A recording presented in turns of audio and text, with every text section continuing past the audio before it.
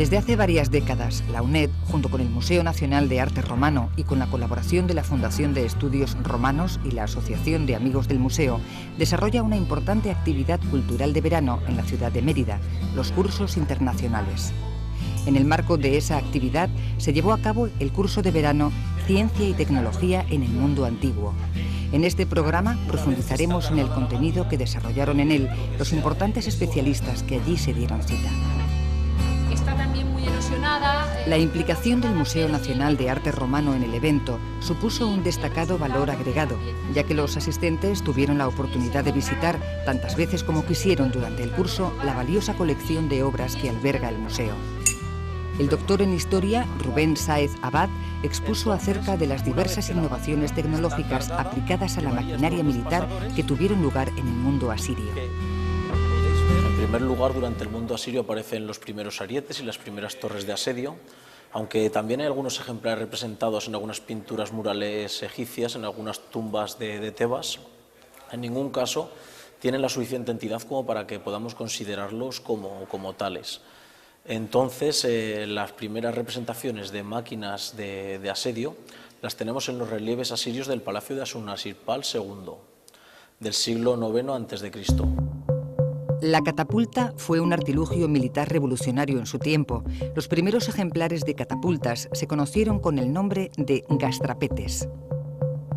Estos primeros ejemplares eran simplemente arcos compuestos del mismo periodo que habían sido montados sobre un bastidor y al que se le habían añadido una serie de elementos complejos, como podían ser un mecanismo de gatillo y un trinquete lineal para poder cargar la máquina. Estos primeros ejemplares de catapulta no significaron un avance sustancial con respecto a los arcos compuestos que ya venían utilizándose en el campo de batalla. Las principales ventajas de los gastrapetes eran que aumentaban la distancia de disparo en torno a los 50 metros y que permitían apuntar a un objetivo de forma más precisa. Posteriormente se les añadieron dos elementos a estos primeros ejemplares totalmente novedosos. En primer lugar, un torno.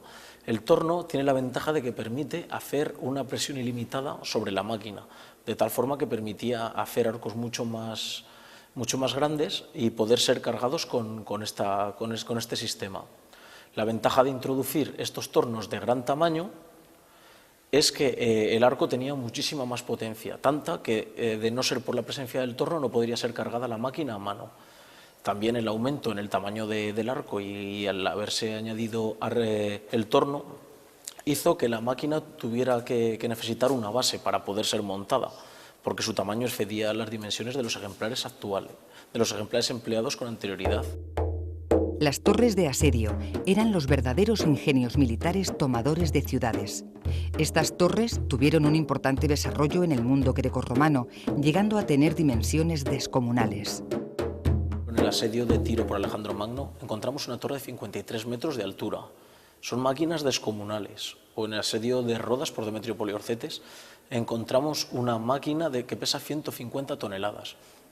Entonces, en el mundo grecorromano lo que encontramos es un proceso de gigantismo de estas máquinas, un proceso desmesurado de crecimiento, adaptándose a las nuevas construcciones mucho más resistentes y mucho más complicadas de tomar.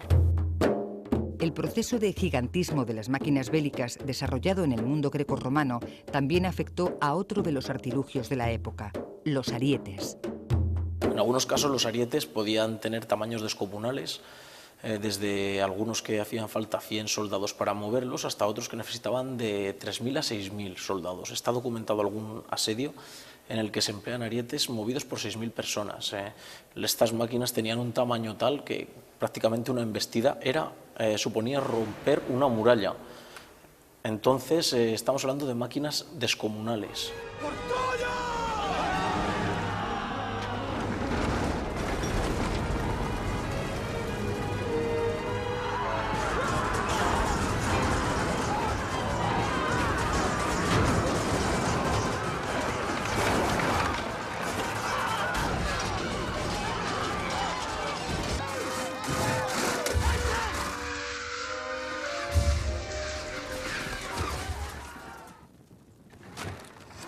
Se dice que el mismísimo caballo de Troya no fue otra cosa que una máquina de asedio que la historia mitificó hasta convertirlo en leyenda. En todo caso, las máquinas protectoras eran uno de los ingenios más valorados por quienes llevaban adelante una campaña militar. ¡Que arda! ¡Que arda Troya! ¡Quemadlo! ¡Quemadlo todo! ¡Que arda Troya! ¡Que arda! Tan importante es tener medios ofensivos tú para poder atacar una muralla, como tener medios protectores para que tus soldados no sean abatidos en ese acercamiento a la muralla. Las bajas humanas eran muy importantes, porque el componente humano no se podía modificar. Las pérdidas humanas no podían ser sustituidas a menudo cuando se estaba en campaña. Entonces siempre era muy importante salvar la menor cantidad posible de vidas. Entonces, ya fuera de una forma o de otra, las máquinas protectoras siempre estaban en los asedios. Podían faltar piezas de artillería, podían faltar torres de asedio, pero las máquinas protectoras nunca podían faltar porque eran las que salvaban las vidas. Expertos en la técnica militar en el mundo antiguo, como es el caso del doctor Rubén Sáez Abad, son habitualmente consultados para asesorar en el desarrollo de largometrajes y de videojuegos de estrategia, en los cuales están presentes las catapultas, los arietes, las torres de asedio, entre otras maquinarias bélicas. En su exposición, el profesor Pérez Largacha intentó en todo momento evitar los lugares comunes a los que habitualmente se recurre a la hora de indagar en la cultura del antiguo Egipto. La arqueología y la concepción y la visión y el entendimiento del mundo egipcio ha sido en muchas ocasiones la búsqueda del objeto, sin más, sin entender o sin querer buscar en muchas ocasiones el contexto de por qué, para qué y qué es lo que significaba para ellos y qué es lo que podía aportar al conocimiento científico de culturas que, como la griega y la romana, en definitiva son posteriores al mundo egipcio y también bebieron y tomaron sus fuentes del mundo egipcio.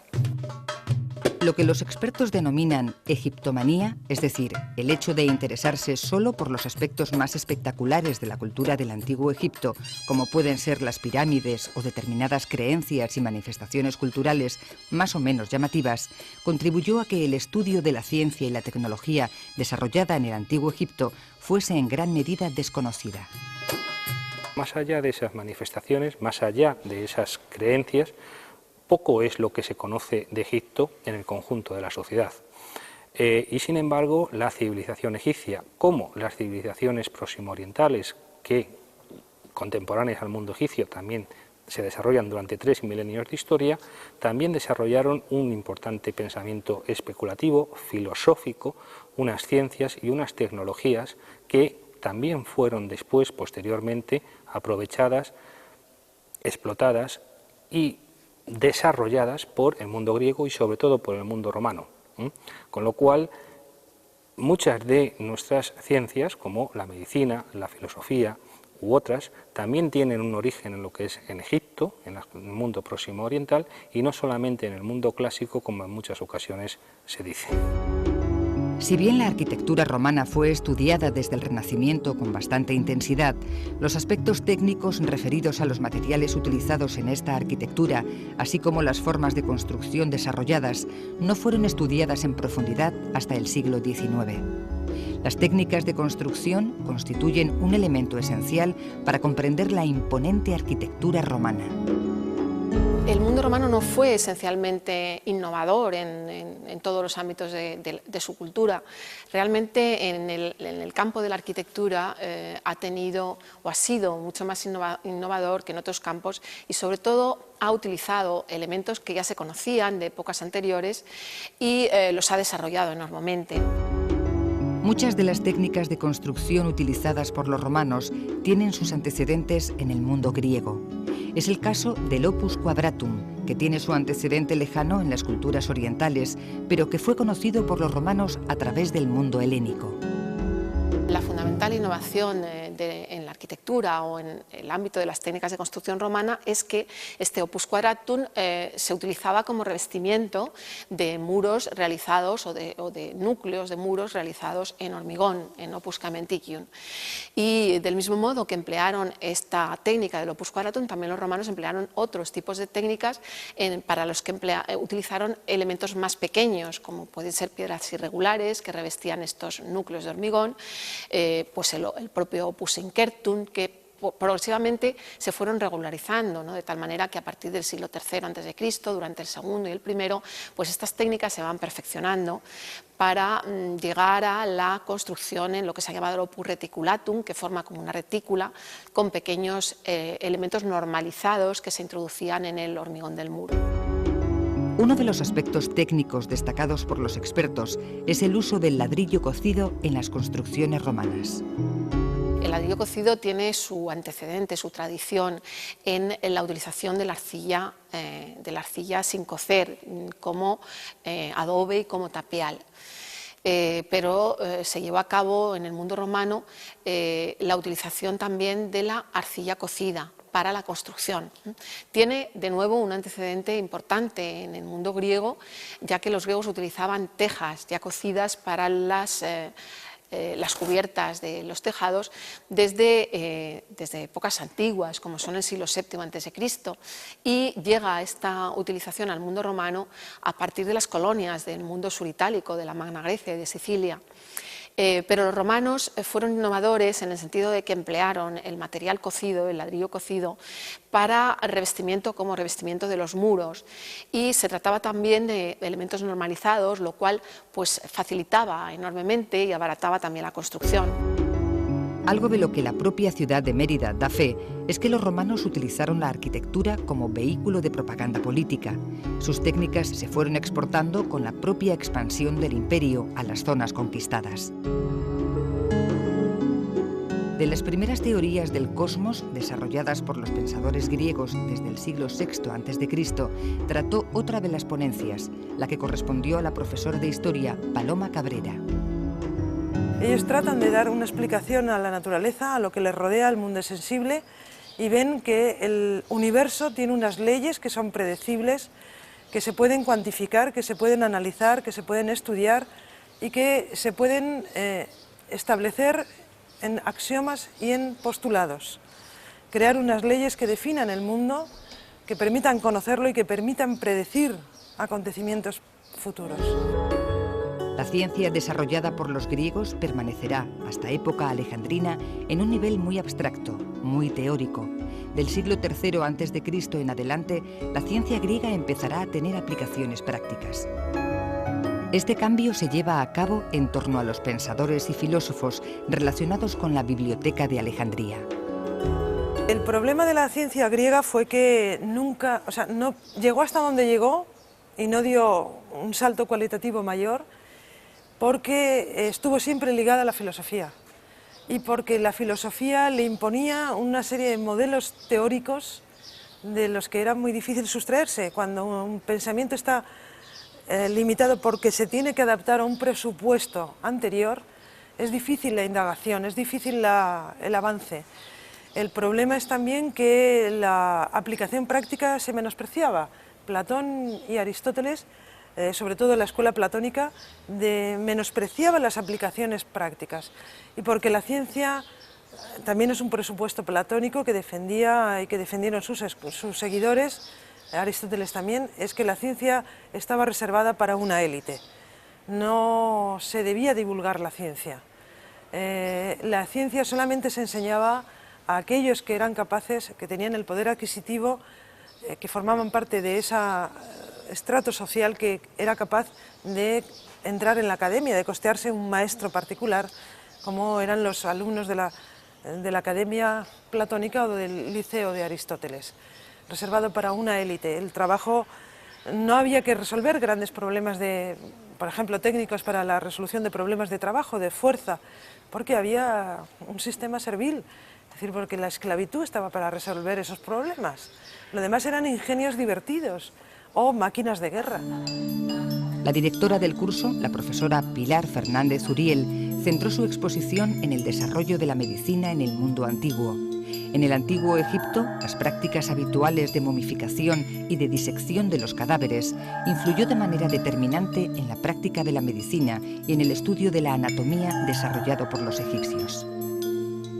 En Egipto es algo diferente porque quizá por el proceso de momificación, por la disección de los cadáveres, por la conservación de los órganos vitales, entonces el estudio de la anatomía es absolutamente diferente. Se mantiene un concepto religioso de la medicina, pero ya con un concepto también diferente del estudio de la anatomía, del conocimiento del enfermo y sobre todo algo que vamos a encontrar después en el mundo posterior griego y después romano, es el enorme respeto al enfermo. Quizá por el sentido ético y moral de los egipcios tienen una forma de decir que el enfermo merece toda la consideración, que se tiene que tener, el enfermo es tu amigo, llegan a decir, y tienen un concepto de la medicina como ayuda a los demás y al prójimo. En la Grecia antigua, el médico tenía un halo religioso y era considerado como hijo de Apolo. Hay dos momentos diferentes. El uno que es la parte más antigua de Grecia, que ya tenemos el estudio de lo que es del médico en las primeras manifestaciones en 1500 a.C. en las tablillas de Pilo, que le llaman Ieter, o Iter Cacón, es decir, el sanador, el que conoce los remedios, y ya en el mundo de la Ilíada y la Odisea se conoce el médico.